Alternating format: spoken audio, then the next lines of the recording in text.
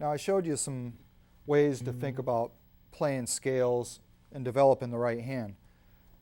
And as an afterthought, as I think about it, let's take just simply, if you're a little confused about that, let's just break it down a little bit further and take tapping on one string for a second.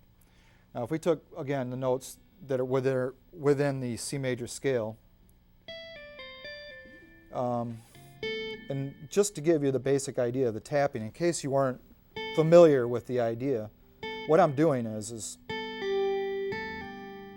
basically I'm hammering down on whatever fret I'm on. In this case, it's the 5th fret.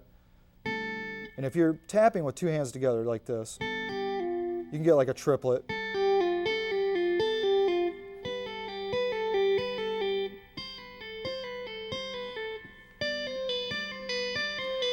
So you get the idea. So, and basically you can have a lot of fun just with one string, maybe add in another string and get a pattern similar or like this.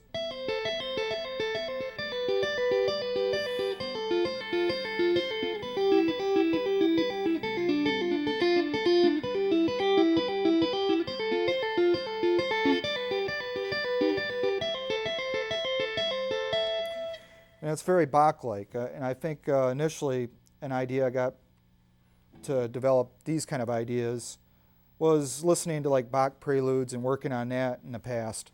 And so this is kind of a cool idea I think that you would enjoy. And I'll slow it down for you and play it slow this time. And what I was doing is this.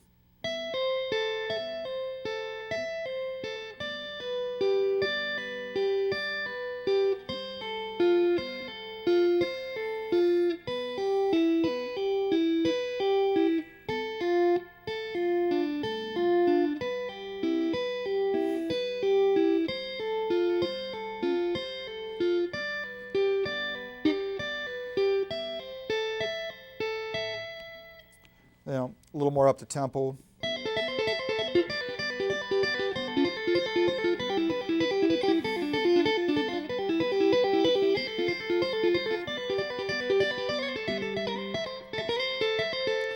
Which brings me to another thing I'd like to mention is, you know, you don't have to play a pattern like that. Once you learn it and you get the basic idea, you know, you can have fun with it and you could go,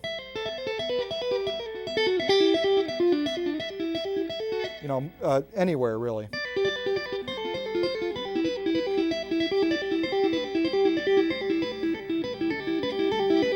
So you see, you know, you just experiment, and that's one way that you can really build up coordination between both the hands, is maybe just isolating one string or two strings in addition to the scales. Now next, I think what we should talk about is chords and arpeggios and ways that we can tap them. And that's another way that you can build your coordination and actually come up with some pretty cool sounds and some good music. One thing I'd like to show you is if you took just a standard bar chord, like say, let's take a C major bar chord, you know, pretty plain chord in a sense, you know, I mean, well, how might you tap that out with two hands? Well, I'm going to show you, and this is pretty interesting. This is something I discovered by experimenting, and it's like this. So. I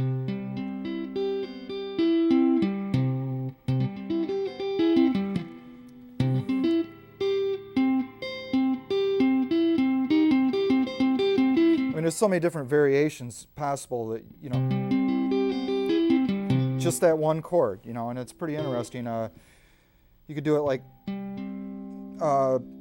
let's try a B minor, like a B minor bar chord. You see, probably most of you are familiar with this shape. How would you tap that out?